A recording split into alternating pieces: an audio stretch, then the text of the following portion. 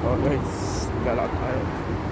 Time check, 3:12. 3:12.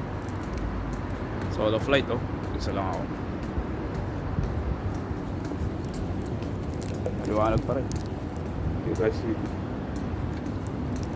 pupunta natin yung kasama natin sa sa coffee shop kasi pinagsolo siya ngayon.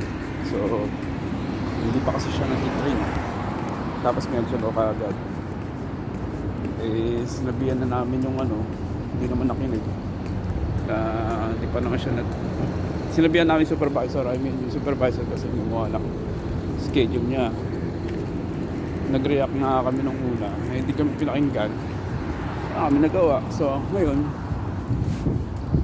nag-message siya sa amin. Yung naka-duty ngayon, nag-message siya sa amin, which is yung staff na hindi niya daw alam yung operate ng coffee machine o paano nag-iisip. So pupunta ako ngayon kahit ganitong oras. Okay lang naman kasi sa akin kasi nasanay na rin ako na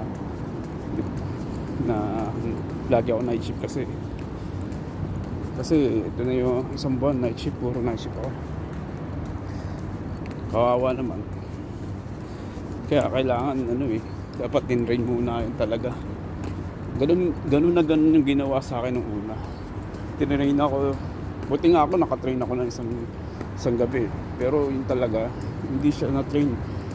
Wala talagang nag-training sa kanya ng isang gabi. Kahit isang gabi, wala. Hindi siya na-train. Nag-aalala lang kasi ako.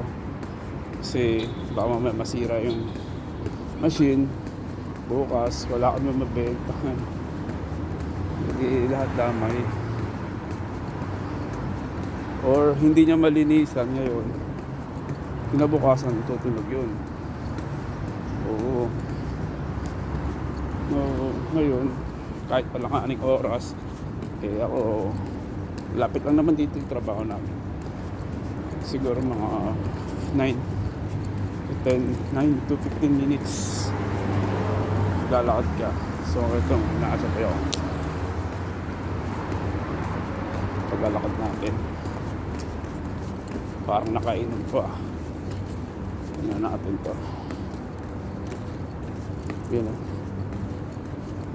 pero uy, may tumatawag.